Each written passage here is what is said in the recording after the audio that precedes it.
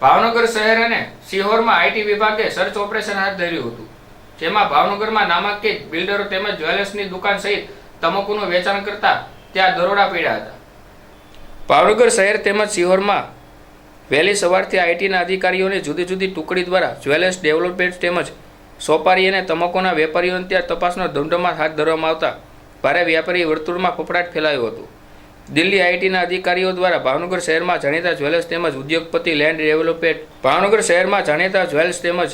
ઉદ્યોગપતિઓ land developers અને સોપારીનો જથ્થાબંધ વેચાણ કરતી પેઢીઓમાં ઓપરેશન હાથ ધર્યું હતું। તેમજ શહેર ઉપરાંત જિલ્લા સિહોરમાં પણ તમાકુનું વેચાણ કરતા વેપારીઓ ત્યાં પણ વહેલી સવારથી જ તપાસનો ધમધમાટ હાથ ધર્યો હતો, જેમાં દિલ્હી આઈટીની ટુકડીઓ દ્વારા આજે સવારથી જ બિલ્ડરો, ઉદ્યોગપતિઓ, જ્વેલર્સ તેમજ સોપારી અને તમાકુના વેપારીઓમાં તપાસ હાથ ધરવામાં આવી હતી।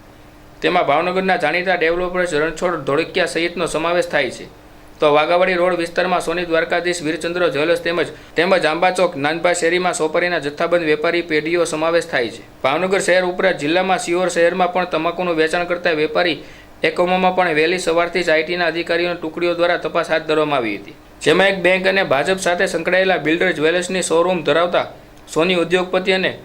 ટોબેકો સાથે સંકળાયેલા અનેક સાઇટ ચાલતી હોય તેવા બિલ્ડર સહિત વિવિધ ઉદ્યોગપતિઓને ત્યાં વહેલી સવારથી જ ઇન્કમટેક્સના વિભાગે ચેકિંગ હાથ ધર્યું હતું, જેમાં ગિરીશભાઈ શાહ, કમલેશભાઈ શાહ, નજીરભાઈ તથા અન્ય 7 વેપારીઓ ત્યાં દિલ્હીથી ઇન્કમટેક્સના દરોડા પડ્યા હતા, જેમાં લોકોમાં ફફડાટ ફેલાયો હતો।